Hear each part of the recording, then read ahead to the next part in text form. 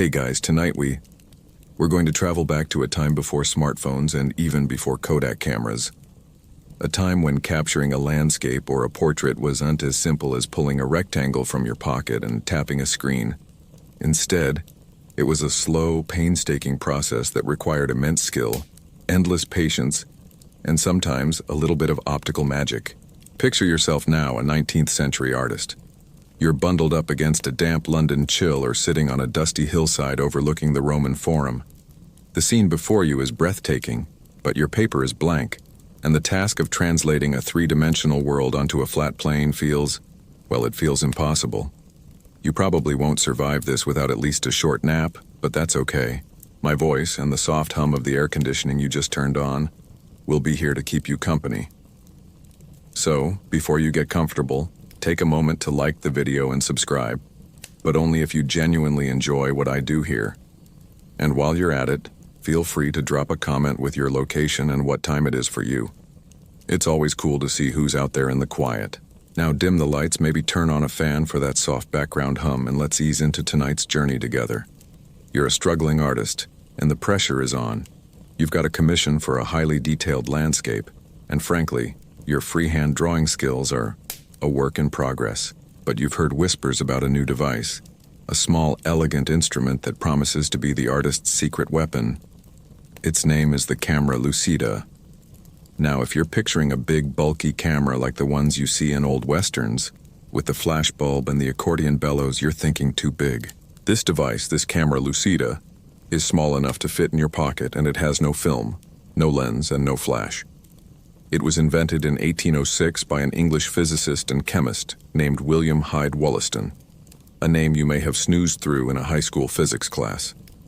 He was a man of many talents, from discovering elements to improving lenses. But this little invention was different. It was a tool not just for science but for art, a bridge between a precise objective world and the messy, subjective process of creation. The name itself is a clue. Camera means room in Latin, as in a chamber, and lucida means light. So literally, a light room. This is in contrast to the camera obscura, or dark room, which was its well-known predecessor. But where the camera obscura required a large, often immovable box or even an entire room to work, the camera lucida was nothing more than a simple prism mounted on a thin brass rod. A rod that, in turn, was clamped to a drawing board or a sketchbook. Its genius lay in its simplicity. Wollaston, a pragmatic genius if there ever was one, wasn't trying to create a new art form. He was trying to solve a very specific problem: how to accurately trace an image of reality onto a flat surface without a tremendous amount of training. He understood that the human eye, for all its wonders, is notoriously bad at accurately judging perspective and proportion. It's a bit like trying to eyeball the dimensions of a room. You'll get close, but the numbers will almost always be off. Wollaston's elegant little prism was the answer, a clever piece of optical engineering that exploited the laws of light to fool your eye into seeing something that wasn't really there. Historians still argue whether Wollaston's device was a truly new invention or an ingenious refinement of earlier optical principles. You see, the concept of using a prism or a mirror to project an image was not entirely new. However, his specific design, which combined the prism with a tiny viewing hole, was groundbreaking in its portability and ease of use. This made it not just a laboratory curiosity, but a genuine field tool for artists. The device became an instant sensation in certain circles, though not without its critics. Imagine a group of old-school artists, their hands calloused from years of charcoal and turpentine, looking on with disdain as a young upstart artist sets up this strange contraption. They saw it as cheating, a shortcut that undermined the very foundation of artistic discipline. A bit like how some people today feel about AI-generated art. Was it a tool, or was it a crutch? The debate raged, but for the artist on that damp hillside, struggling with a complex architectural drawing, the promise of a perfect outline was simply too good to pass up. The camera Lucida offered a kind of superpower, the ability to see a three-dimensional world in 2 dimensions right on your paper. So you've got this strange device now, a brass rod with a little prism at the top, and you're wondering how on earth it works. The magic, as with most things in optics, is all about light and how it bends. The central mechanism of the camera Lucida is this four-sided prism, a tiny, unassuming piece of glass that's actually a master of deception. It's cut and polished in such a way that it has two faces at a very specific angle to each other. When light from the scene in front of you, the rolling hills, the majestic cathedral, the grumpy-looking pigeon, hits one of these faces, it's refracted and reflected, not just once, but twice. The end result is a trick of light so clever, it's like a visual magic show happening right in front of your eye. Imagine light rays bouncing off a building you want to draw. These rays travel to the prism. The prism's design is key here. It doesn't just pass the light through like a window pane, it actually captures those rays and bends them. It's like a tiny optical Rube Goldberg machine. The rays hit the first surface, get bent, then hit the second, get bent again, and finally they're redirected downward, straight toward your drawing paper. Now here's the clever part. The prism is positioned just right so that your eye, when you look through a tiny viewing hole, sees both the real-world scene and the ghost-like image of the scene projected onto your paper. The image is transparent, almost like a faint shimmering mirage. It's not a solid opaque picture, it's a phantom overlay. And this is where the artistry still comes in. You aren't just blindly tracing. You're seeing the ephemeral lines of the real world superimposed on your blank canvas, a guide, not a solution. The prism has a unique property, and this is the little-known scientific tidbit you can bring up at your next dinner party. The angle of its faces causes something called total internal reflection. It's a concept that sounds complicated but is actually fairly intuitive. Think about what happens when you look at the surface of a swimming pool from underwater. If you look straight up, you see the sky. But if you look at a very sharp angle, the water's surface acts like a mirror and you can see a reflection of the bottom of the pool. Total internal reflection is this phenomenon at its most efficient, and Wollaston's prism was designed to harness it perfectly, ensuring the reflected image was as clear and bright as possible, a crucial detail for artists working in dim light or trying to capture subtle tones. This ghostly image on your paper, this is the entire point. You can see the outline of a building, the curve of a tree branch, the subtle angle of a person's hat, all right there, as if drawn by an invisible hand. You simply take your pencil and trace over those faint lines. It's like a connect-the-dots game for grown-up artists. The debate that still rages, and one that historians love to argue, is whether this tracing method made artists lazy or simply more efficient. Did it reduce the need for skill, or did it free the artist from the tedious work of establishing proportion and perspective so they could focus on the more expressive elements of their art, like shading, texture, and color? You can see the logic in both arguments. The artist still had to have a steady hand, an understanding of composition, and the skill to turn those faint lines into a finished work. The camera Lucida wasn't a magic wand. It was more like a helpful whisper. Think about it this way. The camera Lucida solved the problem of getting it right, structurally, which is often the most frustrating part of a drawing. You no longer had to spend hours with a ruler and a plumb line trying to figure out if that window was in the right place or if the horizon line was straight. It was all there for you to see. This freed up mental energy to focus on the things that truly make a drawing come alive. It was a mechanical aid to human creativity, a kind of pre-computer CAD program for the 19th century artist. This simple prism, a little piece of polished glass and metal, was a silent partner in the creation of some of the most beautiful and accurate topographical and botanical drawings of its time. But it was a partner many artists were hesitant to acknowledge. So you've wrapped your head around the basic principle of this little device, the way the light gets bent and bounced around inside the prism. But how exactly does an artist take that understanding and turn it into a finished piece of art? The setup is surprisingly simple and perhaps a little bit awkward at first. You're kneeling on the damp ground, your sketchbook open on your knees or propped up on a small portable easel.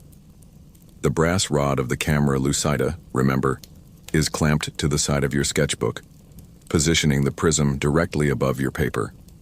Now, you have to get your eye in just the right place. This is the most crucial part of the setup, and the most difficult to master. There's a tiny hole and aperture you have to look through. You bring your eye right up to it, so close that you can feel the cool brass against your eyebrow.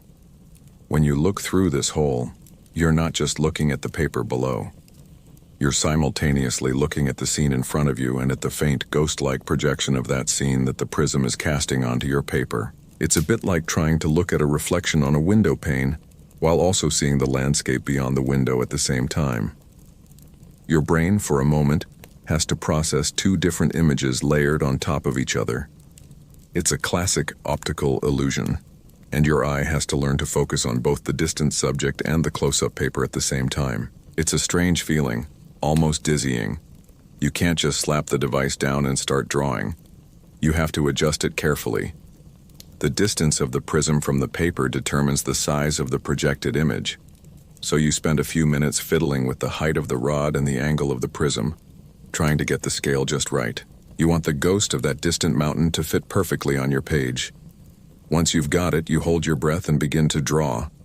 Your pencil follows the faint lines of the apparition.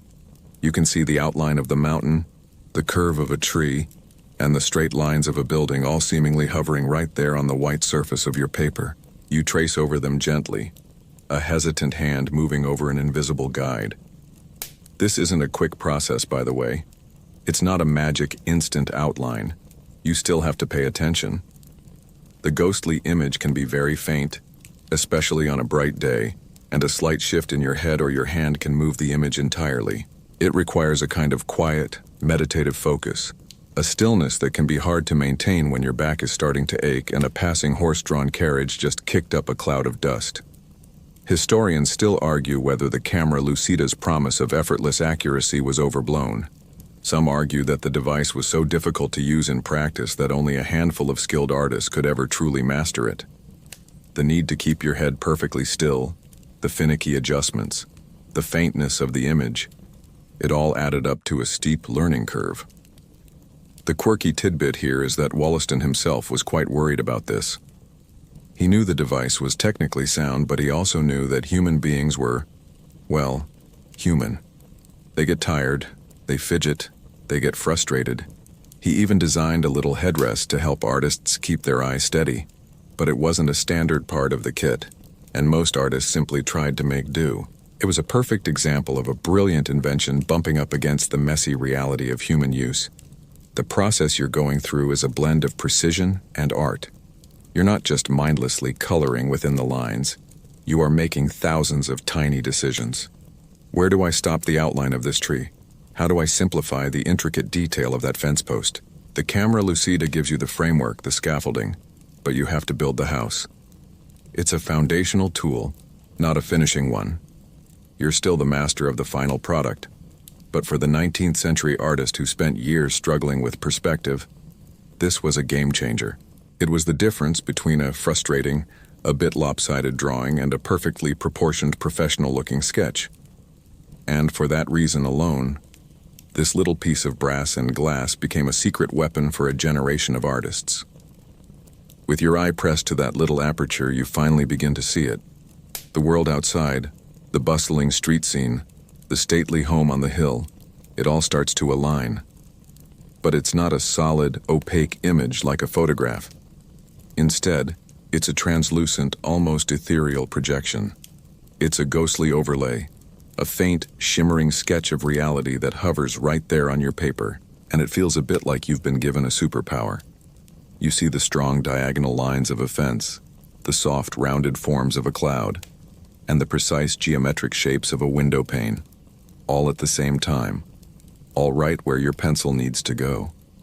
This transparency is both the camera Lucida's greatest strength and its most frustrating challenge. On a bright, sunlit day, the ghostly image can be almost impossible to see. It's like trying to watch a movie on your phone in direct sunlight. You squint and tilt your head, but the scene is washed out, overwhelmed by the intensity of the light. An artist working with the camera Lucida had to become an expert at finding just the right light conditions. A slightly overcast day was often perfect, or a shady spot where the subject was still well lit. And you can forget about trying to use it at night, unless you happen to be tracing a brightly lit street lamp, which, frankly, isn't a very interesting composition. The true marvel of this transparent image is how it teaches your eye to see. It's not just about tracing. The device forces you to break down a complex scene into its fundamental components. lines, shapes, and angles. You're not drawing a tree. You're tracing the specific curve of its trunk and the jagged edges of its canopy. You're not drawing a person. You're outlining the slope of their shoulders and the angle of their jaw. It's a meditative process of observation, a way of training your brain to see the world in a more structured, analytical way. This is a crucial point that's often missed when people call the device cheating. A quirky historical tidbit is that the famous French artist Jean-Auguste Dominique Ingres may have used a camera Lucida. He was a champion of traditional, highly structured drawing, and yet some art historians have noted the almost photographic precision of his portraits and wonder if he had a secret helper. This is a prime example of an open scholarly debate. Historians still argue whether his precision came from pure genius or a discrete optical aid. The fact is, even with the ghostly lines there, you still have to interpret them. The camera Lucida gives you the bone structure, but you are the one who has to add the muscle, the flesh, the skin, and the soul. You still have to decide on the weight of your line, the areas to shade, the details to emphasize, and the ones to leave out. The ghostly image doesn't give you a perfectly rendered drawing. It gives you a guide, a map to follow. And like any good map, you still have to know where you're going. It's a dialogue between man and machine, a partnership where the artist retains the final say. Think of it as the 19th century version of an architectural blueprint. The architect doesn't just hand you a blueprint and call it a house. You have to build it brick by brick. The camera Lucida provided the artist with a visual blueprint, a perfect foundation upon which to build their creative vision. It was a tool that democratized a certain kind of accuracy, making it accessible to artists who didn't have the innate genius of a Leonardo da Vinci. It allowed them to create work that was not only aesthetically pleasing, but also topographically and architecturally correct. It was the best of both worlds. The technical precision of a machine combined with the interpretive power of a human mind. The ghostly overlay of the camera Lucida, as helpful as it was, didn't automatically make the device a runaway success. In fact, its early struggles and skepticism are a fascinating chapter in art history. When Wollaston first introduced it, the artistic community was, to put it mildly, suspicious.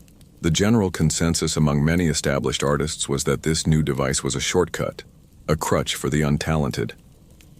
They saw it as an affront to the years of rigorous training that every artist had to endure, the endless hours spent studying anatomy, perspective, and proportion. A genuine artist, they believed, drew from observation, from memory, and from the soul, not by mindlessly tracing a machine's projection. Think about the atmosphere. It's the 19th century. Art is still very much tied to the concept of individual genius. The great masters, from Raphael to Rubens, were revered for their seemingly effortless ability to capture the world with a few strokes of a charcoal stick. The idea that a simple optical device could replicate or even aid that talent felt like sacrilege. It was a deeply held belief that the true value of a drawing lay not just in its final appearance, but in the skill and mastery that went into its creation. The camera Lucida threatened to devalue that process. It was a bit like the Luddites smashing weaving machines, a knee-jerk reaction against a technology that seemed to threaten a time-honored craft. This is a mainstream historical fact. The resistance to new technology in art is a tale as old as time itself. There's a quirky tidbit here, too. One of the biggest critics of the camera Lucida was none other than John Ruskin, the great English art critic and social thinker. He famously called it a disgraceful contrivance and argued that it would destroy the very soul of art. He believed that the act of drawing was a moral exercise, a way for the artist to connect with nature and with God. He felt that relying on a mechanical aid was a form of spiritual laziness. And while his views might seem a little dramatic to us today, they perfectly capture the profound philosophical debate that the camera Lucida sparked. It wasn't just a discussion about drawing technique. It was a conversation about the very nature of creativity and the role of technology in human endeavors. The debate still rages, with historians arguing whether this initial resistance was a principled stand for artistic integrity or a simple fear of the new. Was it a genuine concern for the craft, or was it the gatekeepers of the art world trying to protect their turf from up-and-coming artists who had this new, powerful tool? It's a question we still wrestle with today when we look at things like Photoshop or AI image generators. Is the final product all that matters, or is the process just as important? Despite the criticism, the camera Lucida found a niche. It was particularly popular among amateur artists, travelers, and scientists who needed a quick, accurate way to sketch. They didn't have the same artistic baggage as the professionals. For them, it was simply a tool, and a very useful one at that. They weren't trying to become the next Rembrandt. They were trying to accurately document a new species of plant or a newly discovered Roman ruin. For them, the efficiency and accuracy provided by the camera Lucida far outweighed any perceived artistic demerits. So while the art world grumbled, the camera Lucida was quietly changing the way we documented and saw the world. It was a secret weapon, a quiet revolution happening in the pockets of travelers and on the drafting tables of botanists, even as the critics in their ivory towers railed against it. The camera Lucida's critics liked to point to the art of the past, the masters who had no such mechanical aids. But what if they were wrong? This is where we need to talk about the camera obscura, a much older and more cumbersome device that provides an important contrast to our little Lucida. The camera obscura, which literally means dark room in Latin, is a well-established and mainstream historical fact. It dates back to ancient times, with descriptions from the likes of Aristotle and Da Vinci. The basic principle is simple: a dark room or box with a tiny pinhole on one side. Light from the scene outside passes through this pinhole and projects an inverted but complete image onto a surface inside the box. Now you can see how this differs from the camera Lucida. For one, it's not portable. Early versions were literal dark rooms that artists would work inside, a bit like a walk-in closet.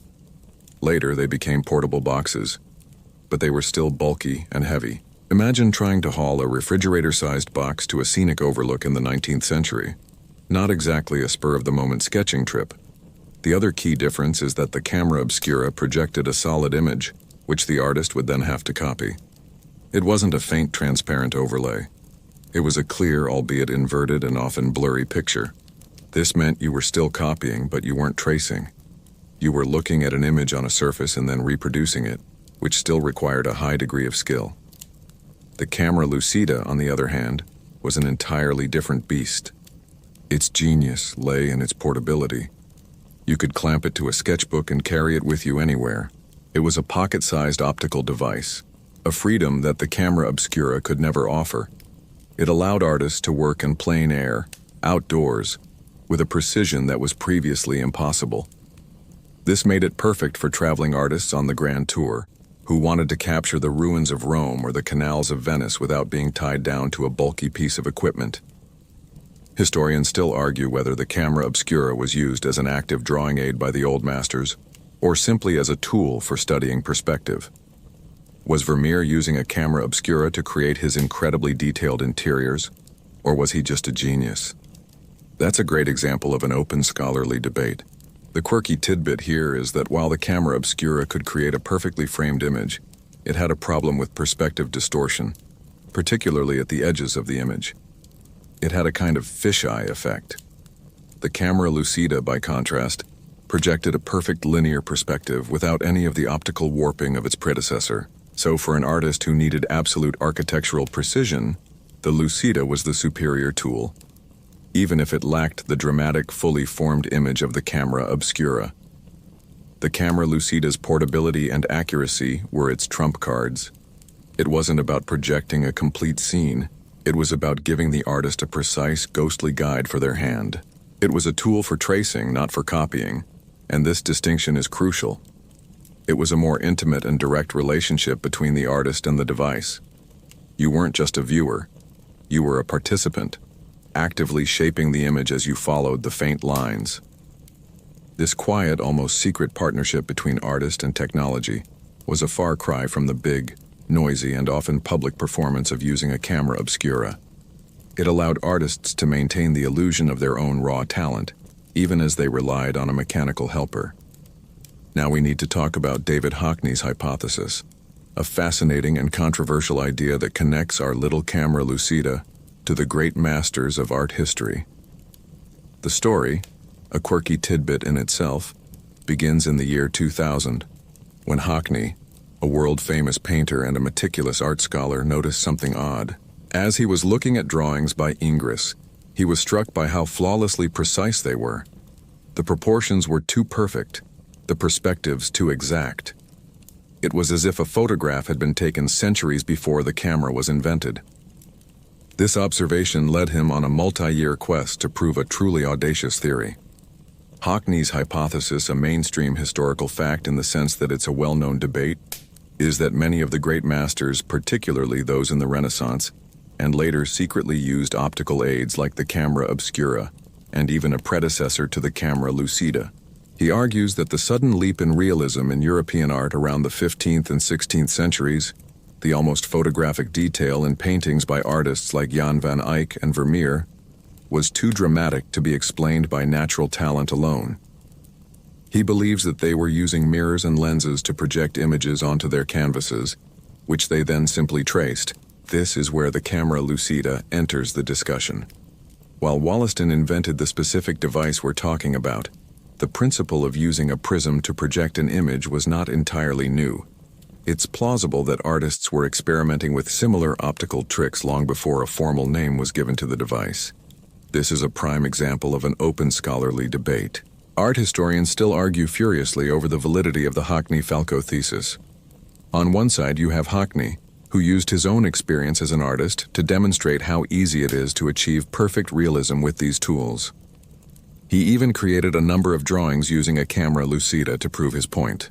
On the other side, you have traditional art historians who argue that the evidence is circumstantial, and that the genius of the masters lay in their raw talent and meticulous training, not in a hidden mechanical aid. They point out that there is little to no written documentation from the time, no secret notebooks filled with diagrams of prisms and lenses. Of course, a quirky counterpoint to this is that if it was considered cheating, and a secret was being kept, you wouldn't expect to find a how-to guide in their diary, would you? Hockney's theory forces us to reevaluate our understanding of artistic genius. If some of the most revered artists in history were using these optical shortcuts, does that diminish their work? Does it make their paintings less valuable? Or does it simply show that they were brilliant innovators, masters not just of the brush, but of technology? The theory suggests that the line between art and science was always blurrier than we've been led to believe, and that the desire for accuracy and the willingness to use whatever tools were available to achieve it is a fundamental part of the artistic process. Remember the camera obscura, that big dark box? Hockney suggests that even that was a kind of proto-photographic device, a way of seeing the world through a mechanical lens. The camera lucida, in his view, was just a more portable, more direct evolution of that same impulse. It's a humbling thought that the secret to the almost divine realism of a Vermeer might have been not a miraculous eye, but a simple prism. It reminds us that every act of creation, no matter how pure it seems, is always a product of its time and the tools available. Let's get back to Jean-Auguste Dominique Ingres, the famous French neoclassical painter we touched on earlier. He's the perfect example of the paradox surrounding the camera lucida. A mainstream historical fact is that Ingres was a staunch traditionalist, a master of drawing who believed in the primacy of line and the study of the human form. His work is known for its almost impossibly smooth finish and its anatomical precision. He was a champion of the academic tradition, a man who saw himself as a successor to Raphael, and a fierce opponent of the Romantic movement, which he considered sloppy and undisciplined. So you would think he'd be the last person to ever touch a cheating optical device.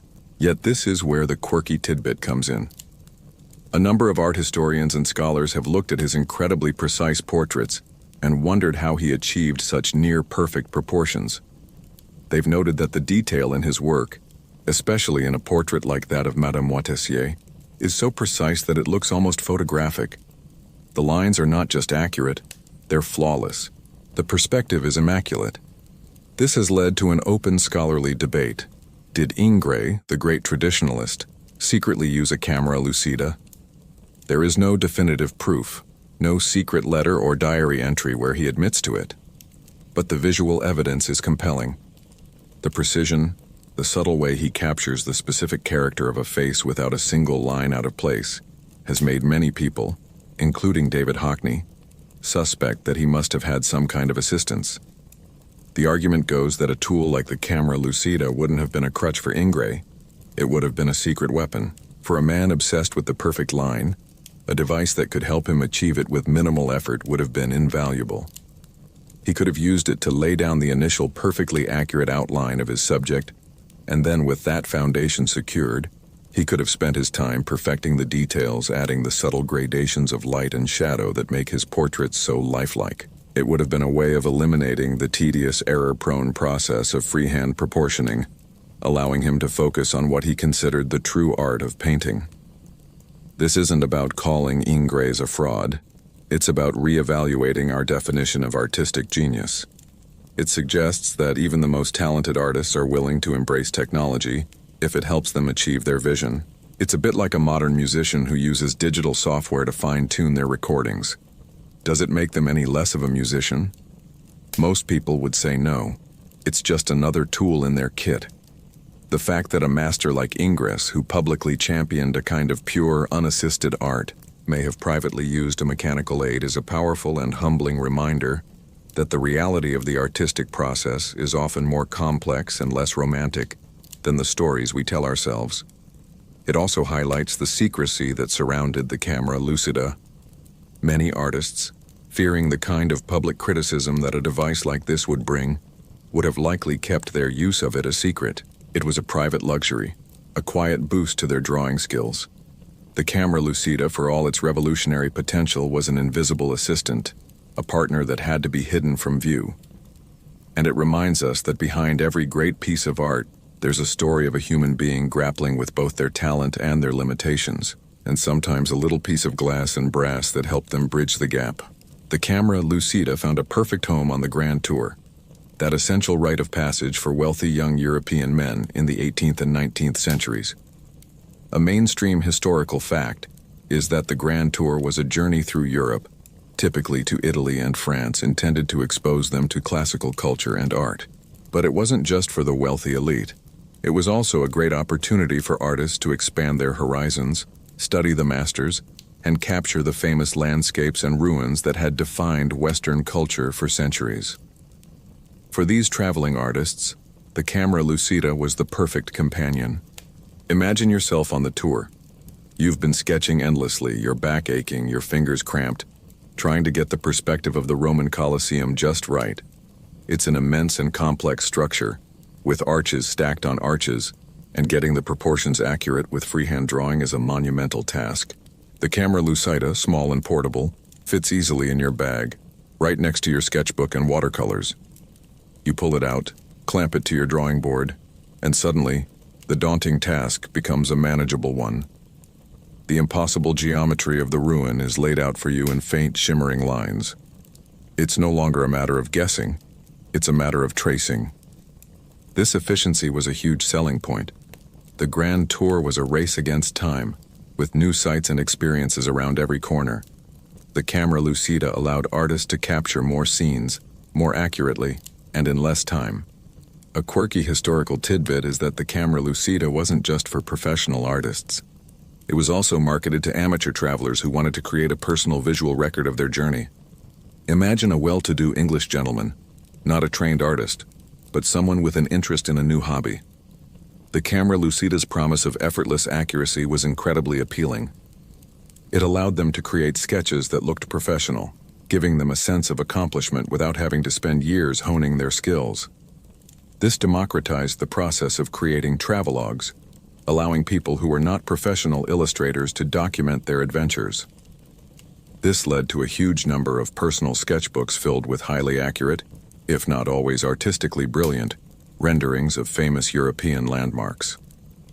Historians still argue whether the widespread use of the camera Lucida on the Grand Tour led to a homogenization of travel art. Did every artist and every amateur start drawing the Colosseum and the Pantheon from the same perfect, optically correct vantage point? Did it make art more precise but less individual? There's a case to be made that it did, that it created a kind of visual conformity in travel sketches. But another argument is that it simply raised the floor for artistic quality, giving artists a stronger foundation upon which to build their unique styles. The camera Lucida didn't dictate what you drew, just how accurately you could render its outline. The camera Lucida was a tool of freedom, not just for the artists who used it, but for the patrons who commissioned them. It meant a patron could expect a topographically correct rendering of their favorite Italian landscape. It guaranteed a level of precision that was difficult to achieve otherwise. So while a few high-minded critics sniffed at its use, the market voted with its wallets. The camera Lucida became an indispensable piece of luggage for the artistic traveler, a quiet secret that helped them turn a once-in-a-lifetime journey into a collection of perfectly rendered memories. The debate over the camera Lucida wasn't just about technique. It was a deeply philosophical argument about the very nature of art. It was a clash between artistic freedom versus mechanical aid. For the purists, the act of drawing was an expression of the artist's unique inner vision. The hand was a direct conduit from the mind to the paper, and any tool that interfered with that process was seen as a betrayal. A mainstream historical fact is that this argument mirrors the larger philosophical movements of the time, particularly the rise of Romanticism, which emphasized individual expression, emotion, and intuition over strict academic rules. The camera Lucida, with its focus on cold, hard accuracy, was seen as the antithesis of this movement. The argument against the device was that it stifled creativity. By giving the artist a perfect outline, did it discourage them from making their own artistic choices? Did it prevent them from exaggerating a feature for dramatic effect, or from subtly altering a perspective to create a more compelling composition? A quirky historical tidbit is that the camera Lucida was sometimes called the lazy artist SI, implying that its users were not truly seeing the world for themselves, but were instead letting the machine do the work for them. It was a kind of visual plagiarism, a way of stealing the scene's geometry without having to earn it through hours of painstaking observation. This is a perfect example of an open scholarly debate that still resonates today. Does a tool that makes a task easier necessarily make the final product less valuable? For some, the answer is a resounding yes. They would argue that the struggle, the errors, and the corrections are all part of the artistic process. The imperfections are what give the work its human touch. A perfectly accurate drawing, in this view, might be technically impressive, but it lacks soul. On the other hand, the defenders of the camera Lucida would argue that the device was a tool of liberation. It freed the artist from the grunt work of getting the proportions right, so they could focus on the truly creative parts of the process: the shading, the texture, the mood, and the feeling. Think of it like this. A musician who uses a metronome isn't cheating. The metronome gives them a perfect, consistent rhythm so they can focus on the nuances of their playing, the emotion of the music. It's the same with the camera Lucida. It provided a perfect, consistent framework, allowing the artist to focus on the nuances of their drawing. It wasn't about eliminating creativity. It was about redirecting it. It was about moving the creative energy from the struggle with perspective to the expression of character and light. Ultimately, the debate boils down to a fundamental question. What is the purpose of art?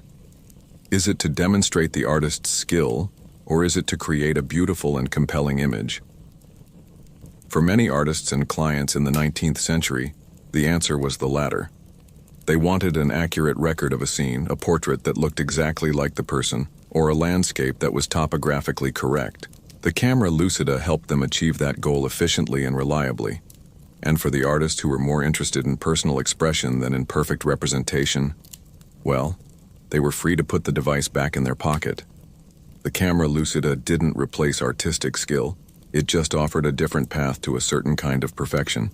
While the camera Lucida was a controversial topic in the art world, it was enthusiastically embraced in the world of science. Its precision and portability made it an indispensable tool for scientific illustration. A mainstream historical fact is that in the 19th century, before high-resolution photography was available, the primary way to document new species of plants, animals, and geological formations was through detailed, accurate drawings. The camera Lucida was perfect for this task. Imagine a botanist in the field having just discovered a new, delicate orchid. A freehand sketch, no matter how skilled the artist, would inevitably have minor inaccuracies. A petal might be a millimeter too long, or a stamen might be slightly out of proportion. In the world of taxonomy, where a new species is defined by its precise physical characteristics, these small errors are unacceptable. The camera Lucida, with its promise of a perfect traced outline, solved this problem. The botanist could use the device to create an impeccable rendering of the flower, capturing every curve and angle with absolute fidelity. The drawing would then be used as the definitive record of the species, published in a scientific journal for other researchers to study. A quirky historical tidbit is that the camera Lucida was particularly popular with geologists and paleontologists. When a scientist discovered a fossil, they needed to document its exact shape and size before it was removed from the ground. A freehand sketch, again, was too prone to error. The camera Lucida allowed them to quickly and accurately trace the fossil in situ, creating a permanent record that could be studied and compared to other fossils later. This was a crucial step in the early days of paleontology, a discipline that depended almost entirely on meticulous observation and recording. This use of the device highlights a fascinating scholarly debate that still exists today. Is a scientific illustration a work of art or a work of data? The artist who drew the orchid might have added subtle shading and color, turning the drawing into a beautiful piece of art. But the primary purpose of that drawing was not to be aesthetically pleasing. It was to convey information. It was a visual data set. So, did the camera Lucida diminish the artist's role by reducing them to a mere tracing machine? Or did it elevate them to the status of a scientific partner, an indispensable tool in the process of discovery and documentation? It's a debate that is still relevant today as we grapple with the use of AI in scientific research and data visualization. Ultimately, the camera Lucida's success in the scientific community proves that its value was not just in its ability to create pretty pictures, but in its ability to generate accurate information. It was a tool of objectivity in a world that was still largely subjective. It allowed scientists to see the world with a kind of optical clarity that was previously impossible, and in doing so, it helped to lay the groundwork for a more rigorous, empirical approach to natural history and a host of other disciplines. The camera Lucida's ability to capture accurate proportions made it a favorite not just for botanists, but for architects and urban sketchers. A mainstream historical fact is that in the 19th century, before architects could rely on blueprints and computer-aided design, they had to create detailed to-the-inch drawings of existing buildings, often for restoration or study. Capturing the architectural precision of ruins and cityscapes was an immensely difficult task.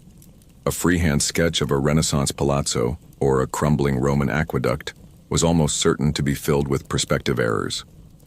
The lines would be just a little bit off, the proportions slightly distorted. Imagine yourself as an architect's assistant, standing before the remains of an ancient temple. The scene is a chaotic jumble of broken columns and collapsed pediments. To a human eye, it's beautiful but impossible to draw accurately.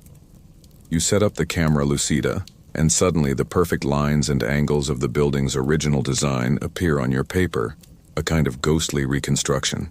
You can see how the columns lined up, how the archways were spaced, and how the entire structure would have looked in its prime. It was a kind of visual archaeology, a way of drawing the past back into existence.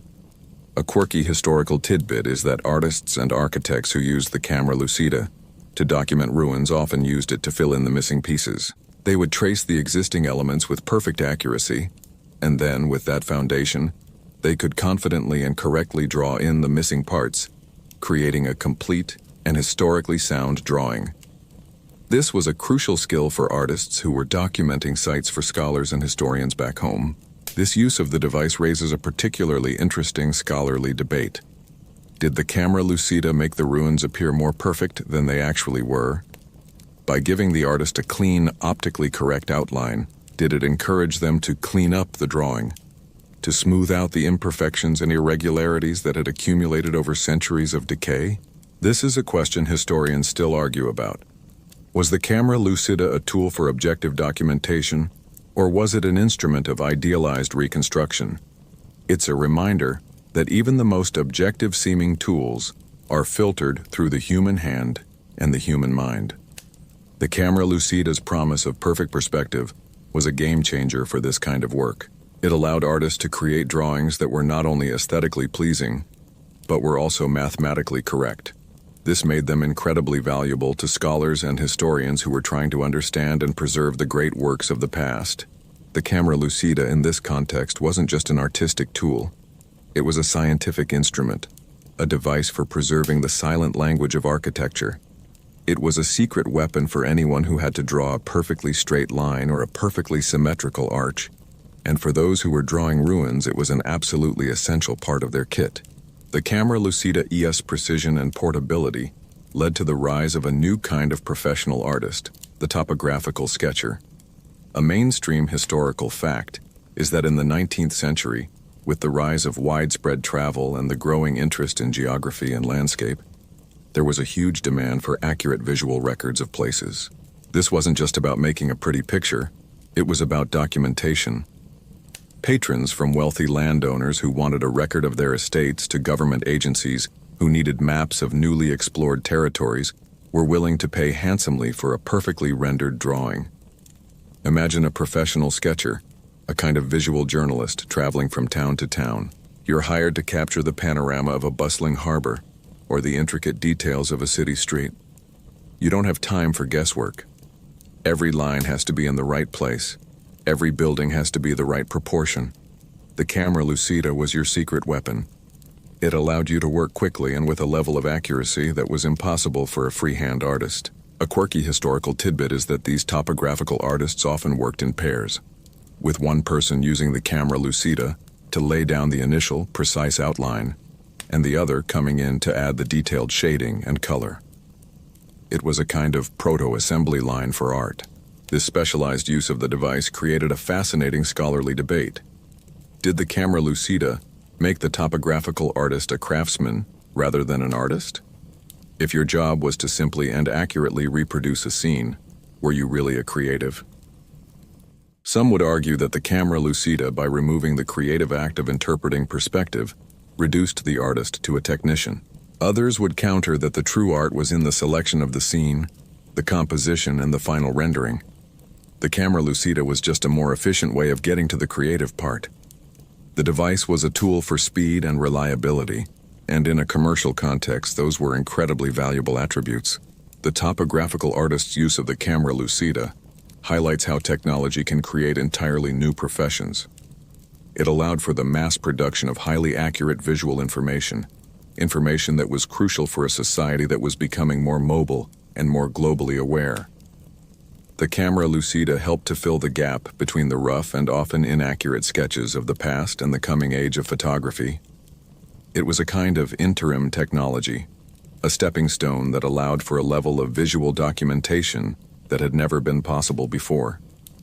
So while the art critics might have scoffed, the clients who were paying for these drawings were happy, and the topographical sketchers were busy and well paid. The camera lucida was a quiet engine of a new kind of creative economy. The camera lucida, for all its quiet power, was a commercial product, and like any good invention, it had to be sold to the masses. This brings us to the fascinating story of marketing the new miracle device. A mainstream historical fact is that in the 19th century, with a growing middle class and a burgeoning interest in leisure activities, a new market emerged for scientific and artistic instruments. Manufacturers began to advertise the camera lucida not just as a tool for professional artists, but as a device for anyone who wanted to sketch. Imagine yourself reading a magazine advertisement in the 1830s. The copy isn't talking about prisms and light refraction. It's talking about how easy it is to use. It makes bold claims, promising that with the camera lucida, anyone, even a child, could produce a perfectly accurate sketch. It was marketed as a shortcut to artistic talent, a kind of magic box that could turn the most clumsy hand into a master's. A quirky historical tidbit is that these advertisements often featured side-by-side comparisons. A lumpy, childish drawing done freehand next to a perfectly rendered sketch created with the camera lucida. The implication was clear. If you wanted to impress your friends and family with your artistic prowess, you needed this device. This commercialization of the camera lucida created a truly interesting scholarly debate. Did the marketing of the device create a false promise of effortless art? By claiming that anyone could use it to create a professional-looking drawing, did the manufacturers set up their customers for frustration and disappointment? As we've discussed, using the camera Lucida was not as easy as the advertisements made it sound. It required a steady hand and a great deal of patience. So was the marketing of the device an honest representation of a revolutionary tool? Or was it an early example of deceptive advertising, selling a dream of instant genius?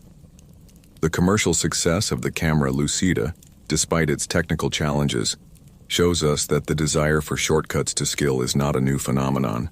People were just as eager in the 19th century as they are today to find a quick and easy way to master a complex skill. The camera Lucida was a kind of get-rich-quick scheme for art.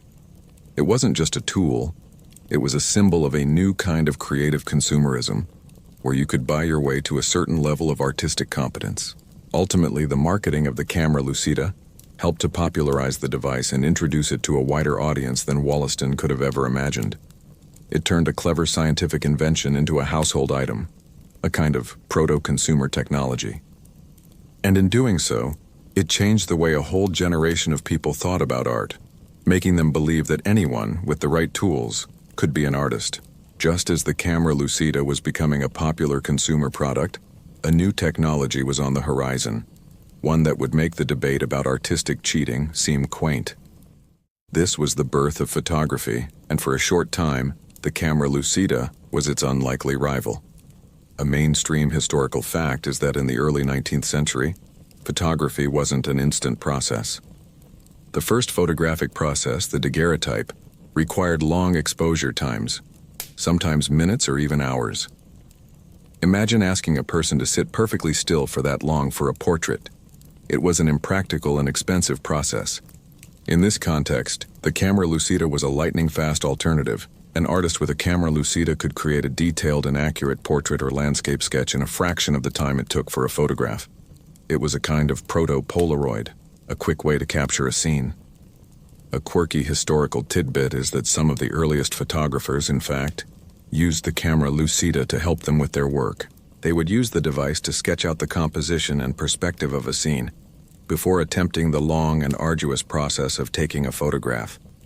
It was a bridge between the old and the new, a kind of visual rough draft for a technology that was still in its infancy. This juxtaposition of the two technologies created a fascinating scholarly debate. Which was more honest? The camera Lucida, which still required the artist's hand and eye to complete the drawing, or the daguerreotype, which was a purely mechanical process. The camera Lucida's defenders argued that it was a collaborative process between artist and machine, a tool for human expression. The daguerreotype, on the other hand, was seen by some as a cold, soulless reproduction of reality. It lacked the interpretive power of the human artist. Of course, the sheer perfection of a photograph was undeniable, and it was only a matter of time before the technology improved and the camera Lucida was relegated to the history books. But for a brief period, the two technologies coexisted, each offering a different way of seeing and capturing the world. The camera Lucida was a faster, cheaper, and more personal alternative to early photography, and for a short time, it held its own against its more technologically advanced rival. The brief rivalry between the camera Lucida and early photography was always going to have a clear winner. For all its charms and practical uses, the camera Lucida simply couldn't compete with the relentless march of technology. This is the story of the slow decline of the Lucida.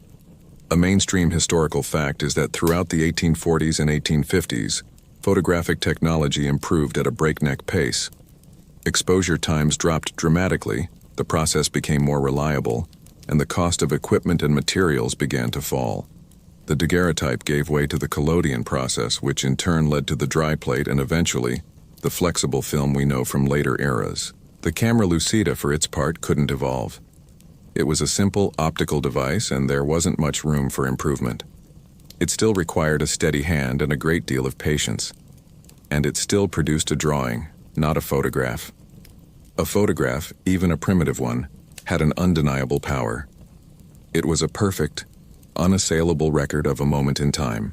It was a machine's eye view of the world, and it was a level of objectivity that no drawing, no matter how precise, could ever achieve. The camera Lucida could help you draw a scene, but it couldn't capture the fleeting expression on a person's face or the subtle shift of light as a cloud passed by. A quirky historical tidbit is that even as photography was rendering it obsolete, the camera Lucida found a final, peculiar niche. It became a favorite tool for artists who were commissioned to copy paintings.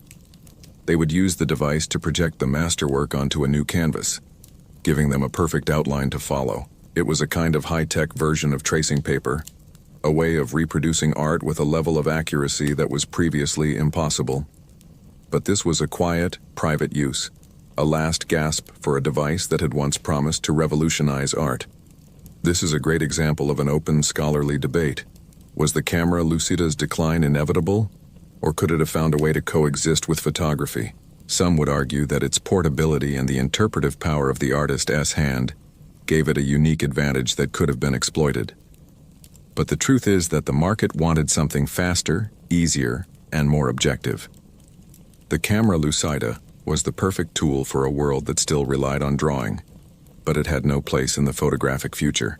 It was a victim of progress, a brilliant solution to a problem that was about to disappear. The shift from drawing to photography was a seismic one, and it's a story that is beautifully encapsulated by the rivalry between the camera Lucida and the daguerreotype. A mainstream historical fact is that the daguerreotype, invented by Louis Daguerre and introduced in 1839, was the first commercially successful photographic process. It produced a single, unique image on a polished silver plate. It was a painstaking and complex process, involving fuming the plate with iodine, exposing it in a camera, and then developing the latent image with mercury vapor. It was, in short, a pain. But the results were astounding. The images were incredibly detailed and sharp, and they had a kind of magical quality to them. They were not drawings, they were captured light. The daguerreotype, despite its challenges and cost, held an undeniable allure. It was seen as a way of capturing truth, a perfect, unassailable record of a person or a place.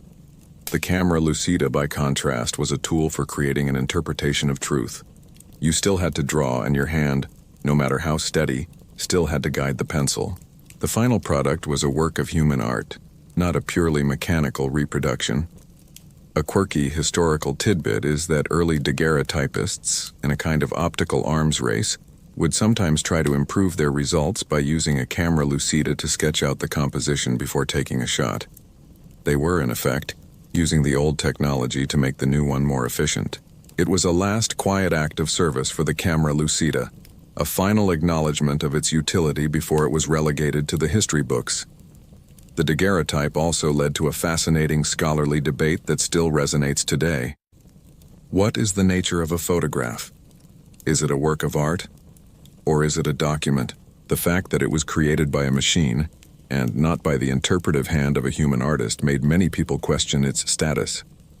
The camera Lucida, for all its mechanical precision, still required the human touch, and its final products were always considered drawings, not something else entirely.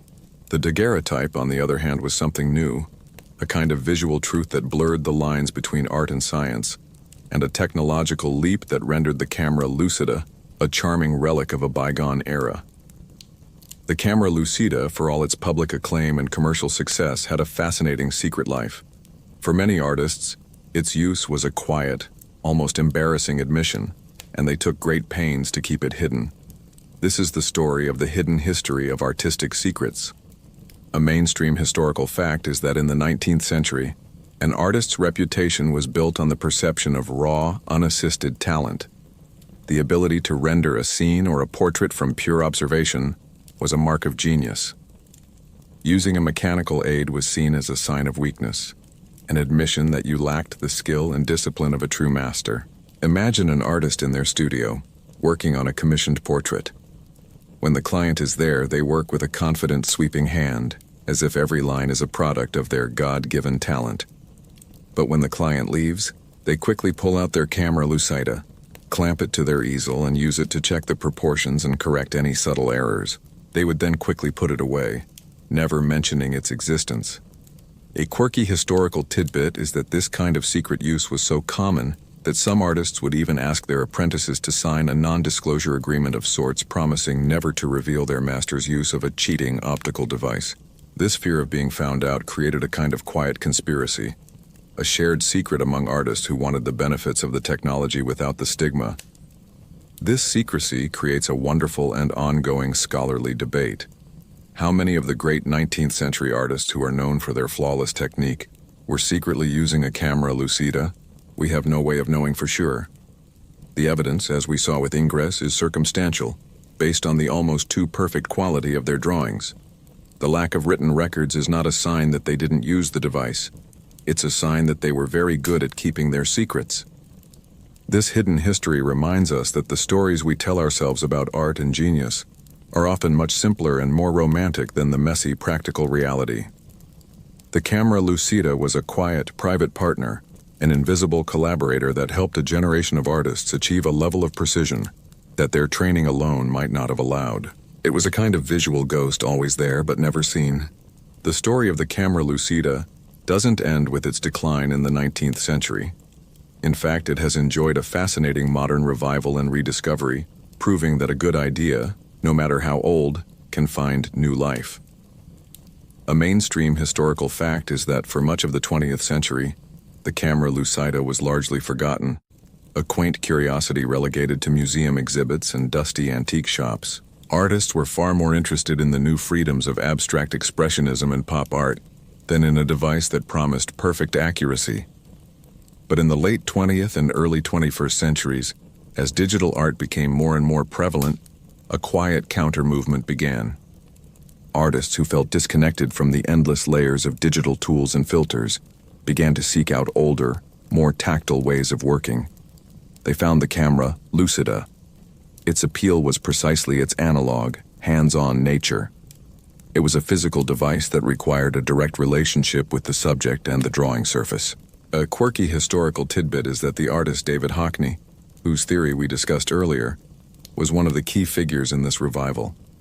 He didn't just theorize about the device, he used it. He created a series of highly detailed drawings of his friends and family using a camera lucida, proving that the device was not just a historical curiosity, but a viable tool for contemporary artists. This modern rediscovery has sparked a new scholarly debate about the role of technology in art.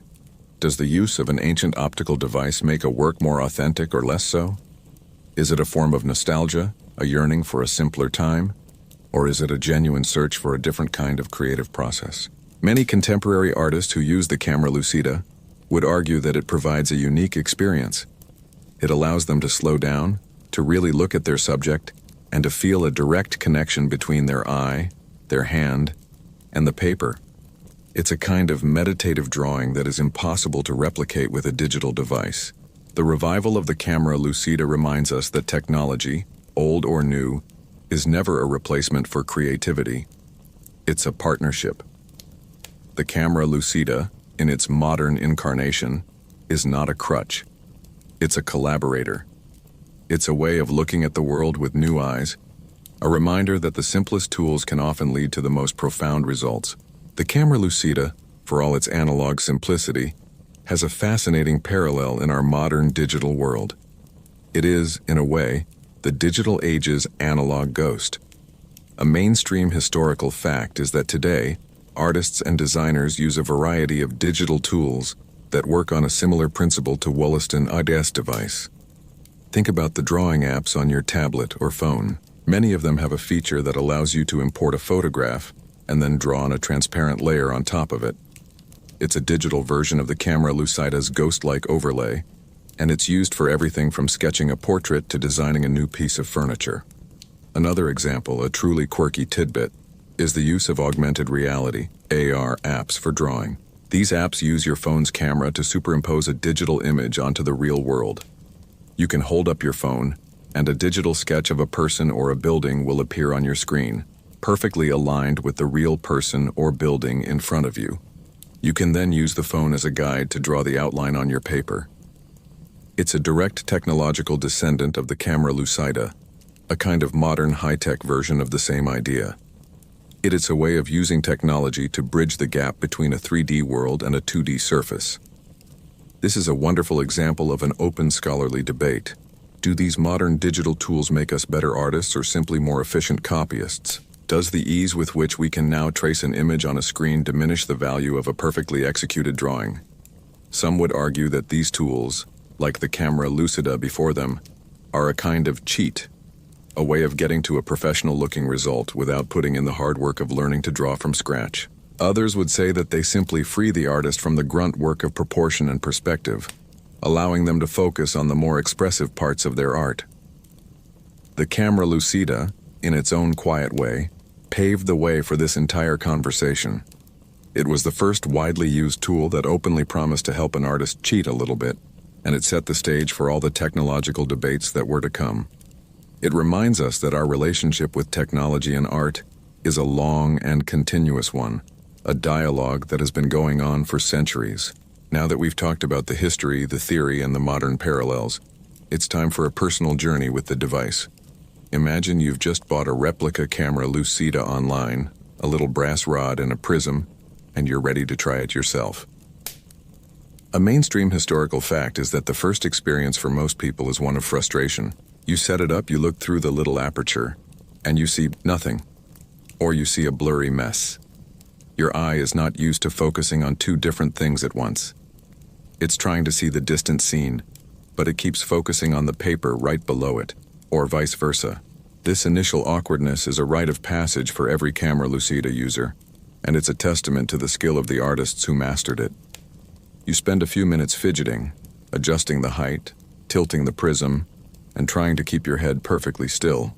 You look through the hole again, and this time something new happens. You see a faint, shimmering outline of the scene in front of you, almost like a heat wave rising from the page. It's not a clear, sharp line. It's a ghostly, transparent vision. It's an almost magical moment. A quirky historical tidbit is that many early users of the camera Lucida, before they understood the optics, thought they were seeing a kind of optical illusion, or even a phantom.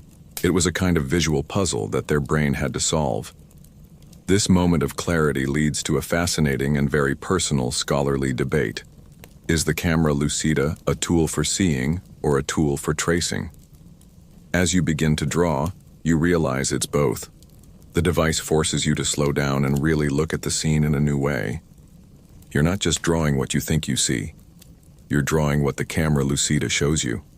It forces your hand to follow a line that you might have otherwise missed. It makes you pay attention to the subtle angles and proportions that you would normally just approximate. The experience is both mechanical and meditative.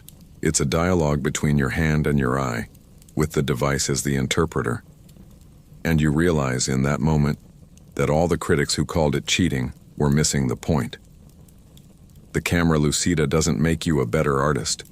It makes you a better observer. Your personal journey with the camera Lucida has taught you something crucial. This isn't about blind obedience. It's about the art of seeing, not just tracing. A mainstream historical fact that many critics of the device misunderstood is that it doesn't give you a finished drawing. It gives you an outline, a guide, a map. But the artist still has to interpret that map. You still have to decide on the weight of your line, the areas to shade, the details to emphasize, and the ones to leave out. The camera Lucida gives you the framework, but you have to build the house. It's a foundational tool, not a finishing one. You're still the master of the final product. Think about the human eye. It doesn't see the world in perfect, clean lines. It sees shapes and forms and colors and light. The camera Lucida forces you to translate those complex visual signals into a simple, linear form. It's a process of translation, not just a process of copying. A quirky historical tidbit is that artists who use the camera Lucida for portraiture would often use it to get the proportions of the face right, but then they would put it away and work on the details of the eyes and the mouth freehand. They knew that the soul of a portrait was not in its perfect geometry, but in its human expression. They used the tool for its strengths, its ability to capture proportion, and they relied on their own skill for the rest. This is a great example of an open scholarly debate. Does a tool that makes a task easier necessarily make the final product less valuable? For some, the answer is a resounding yes. They would argue that the struggle, the errors, and the corrections are all part of the artistic process. The imperfections are what give the work its human touch. A perfectly accurate drawing in this view might be technically impressive, but it lacks soul. On the other hand, the defenders of the camera Lucida would argue that the device was a tool of liberation. It freed the artist from the grunt work of getting the proportions right so they could focus on the truly creative parts of the process: the shading, the texture, the mood, and the feeling. The camera Lucida didn't replace artistic skill. It just offered a different path to a certain kind of perfection. And that path, it turns out, was more about seeing than about tracing. Your personal journey with the camera Lucida has taught you something crucial. This isn't about blind obedience. It's about the art of seeing, not just tracing. A mainstream historical fact that many critics of the device misunderstood is that it doesn't give you a finished drawing. It gives you an outline, a guide, a map. But the artist still has to interpret that map. You still have to decide on the weight of your line, the areas to shade, the details to emphasize, and the ones to leave out. The camera Lucida gives you the framework, but you have to build the house. It's a foundational tool, not a finishing one. You're still the master of the final product. Think about the human eye. It doesn't see the world in perfect, clean lines. It sees shapes and forms and colors and light. The camera Lucida forces you to translate those complex visual signals into a simple, linear form. It's a process of translation, not just a process of copying. A quirky historical tidbit is that artists who use the camera Lucida for portraiture would often use it to get the proportions of the face right, but then they would put it away and work on the details of the eyes and the mouth freehand. They knew that the soul of a portrait was not in its perfect geometry, but in its human expression. They used the tool for its strengths, its ability to capture proportion, and they relied on their own skill for the rest. This is a great example of an open scholarly debate. Does a tool that makes a task easier necessarily make the final product less valuable? For some, the answer is a resounding yes. They would argue that the struggle, the errors, and the corrections are all part of the artistic process. The imperfections are what give the work its human touch. A perfectly accurate drawing in this view might be technically impressive, but it lacks soul. On the other hand, the defenders of the camera Lucida would argue that the device was a tool of liberation. It freed the artist from the grunt work of getting the proportions right so they could focus on the truly creative parts of the process: the shading, the texture, the mood, and the feeling. The camera Lucida didn't replace artistic skill. It just offered a different path to a certain kind of perfection. And that path, it turns out, was more about seeing than about tracing. So you've put down your camera Lucida, and you're looking at the world with a new set of eyes. The device, for all its quiet utility, has a simple but profound legacy, more than a gimmick. A mainstream historical fact is that the camera Lucida, despite being overshadowed by photography, remains a legitimate and important part of art and scientific history. It wasn't a toy or a trick. It was a serious tool for serious work. It helped to create a new kind of visual record, one that combined the interpretive power of the human eye with the objective precision of a machine. It bridged the gap between the rough, freehand sketches of the past and the perfect mechanical images of the future. This brings us to a quirky historical tidbit. The camera Lucida, in its short life at the top, had an outsized influence on the way we see. By providing artists and scientists with a reliable way to capture accurate perspective, it helped to train a whole generation of eyes to see the world in a more linear, geometric way. It was a kind of visual education, a tool that taught people how to break down a complex scene into its fundamental components. This is a crucial point that's often missed. The camera Lucida wasn't just a tool for artists, it was a tool for seeing. And this, of course, leads to a final open scholarly debate. Was the camera Lucida a dead end, a technological curiosity that was quickly made obsolete? Or was it an essential stepping stone, a crucial part of the evolutionary chain that led to photography and beyond? Some would argue that it was a simple, one-off invention with no lasting impact. But others, like Hockney, would say that it was a critical part of a centuries-long conversation between art and technology, a conversation about the nature of representation and the role of the human hand in a machine-driven world. The camera Lucida's legacy is not in the number of devices sold. but in the ideas it spawned. It was a tool that forced us to ask fundamental questions about art, a little piece of brass and glass that helped us see the world, and ourselves, with new eyes. The camera Lucida, for all its quiet utility, has a simple but profound legacy, more than a gimmick. A mainstream historical fact is that the camera Lucida, despite being overshadowed by photography, remains a legitimate and important part of art and scientific history. It wasn't a toy or a trick, it was a serious tool for serious work. It helped to create a new kind of visual record, one that combined the interpretive power of the human eye with the objective precision of a machine. It bridged the gap between the rough freehand sketches of the past and the perfect mechanical images of the future. This brings us to a quirky historical tidbit. The camera Lucida, in its short life at the top, had an outsized influence on the way we see. By providing artists and scientists with a reliable way to capture accurate perspective, it helped to train a whole generation of eyes to see the world in a more linear, geometric way. It was a kind of visual education, a tool that taught people how to break down a complex scene into its fundamental components. This is a crucial point that's often missed. The camera Lucida wasn't just a tool for artists, it was a tool for seeing. And this, of course, leads to a final open scholarly debate. Was the camera Lucida a dead end, a technological curiosity that was quickly made obsolete? Or was it an essential stepping stone, a crucial part of the evolutionary chain that led to photography and beyond? Some would argue that it was a simple, one-off invention with no lasting impact. But others, like Hockney, would say that it was a critical part of a centuries-long conversation between art and technology, a conversation about the nature of representation and the role of the human hand in a machine-driven world. The camera Lucida's legacy is not in the number of devices sold, but in the ideas it spawned. It was a tool that forced us to ask fundamental questions about art, a little piece of brass and glass that helped us see the world, and ourselves, with new eyes. It's a powerful thing, isn't it? This humble little device, just a prism and a rod, had such a profound impact. It reminds us that our desire to capture the world around us is a timeless human impulse. We've gone from tracing a ghostly image on paper to capturing a perfect moment with a smartphone. But the impulse remains the same. The tools change, but the artist, the person who wants to see and to share what they've seen, remains constant. The camera Lucida, for a brief and shining moment, gave us a new way to do that, a way that was both ancient and utterly modern. It's a reminder that every act of creation is a conversation, a dialogue between the human mind and the tools we invent, a timeless dance of creativity and technology.